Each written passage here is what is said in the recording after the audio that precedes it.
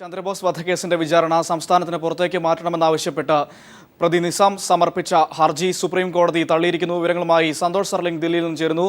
സന്തോഷ്, ഹർജി തള്ളിക്കൊണ്ട് കോടതി നിരീക്ഷിച്ച കാര്യങ്ങൾ എന്തൊക്കെയാണ്?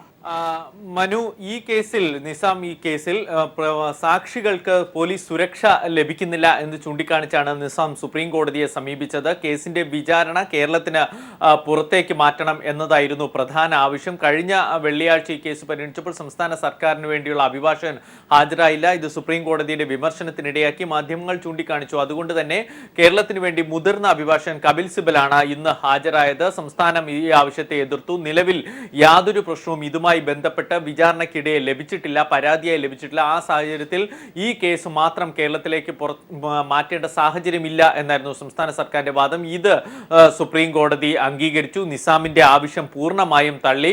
പക്ഷേ സുപ്രീം കോടതി പറഞ്ഞത് സാക്ഷികൾക്ക് പോലീസിന്റെ സുരക്ഷിതത്വം നൽകണം. അവർക്ക് വീട്ടിൽ നിന്നും ഈ കോടതിയിലെത്താനും കോടതിയിൽ നിന്ന് തിരിച്ചു വീട്ടിലേക്ക് പോകാനുമുള്ള ഈ യാത്രാ സമയത്ത് പോലീസ് സുരക്ഷ ഉറപ്പായി നൽകണം എന്നാണ് സുപ്രീം കോടതി സംസ്ഥാനത്തോട് നിർദ്ദേശിച്ചത്. സംസ്ഥാന സർക്കാർ ഇത് ജില്ലാ പോലീസ് മേധാവിക്ക് കൈമാറും. ഈ നിർദ്ദേശം പോലീസ് മേധാവിയുടെ സുരക്ഷിതത്വത്തോടു കൂടിയായിരിക്കും ഇനി സാക്ഷികൾ നിസാം കേസിൽ കോടതിയിൽ എത്തുക, കോടതിയിൽ നിന്നും തിരിച്ച് വീട്ടിലേക്ക് പോവുക.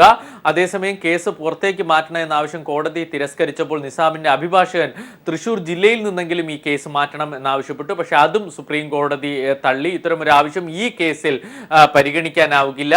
ഇനിയും ഭാവിയിൽ എന്തെങ്കിലും പ്രശ്നം ഉണ്ടാവുകയാണെങ്കിൽ അപ്പോൾ നിസാമിന് സുപ്രീം കോടതിയെ സമീപിക്കാം, ഈ ആവശ്യം പരിഗണിക്കാം എന്ന് മാത്രം പറഞ്ഞുകൊണ്ട് കേസ് പൂർണ്ണമായും സുപ്രീം കോടതി തള്ളി.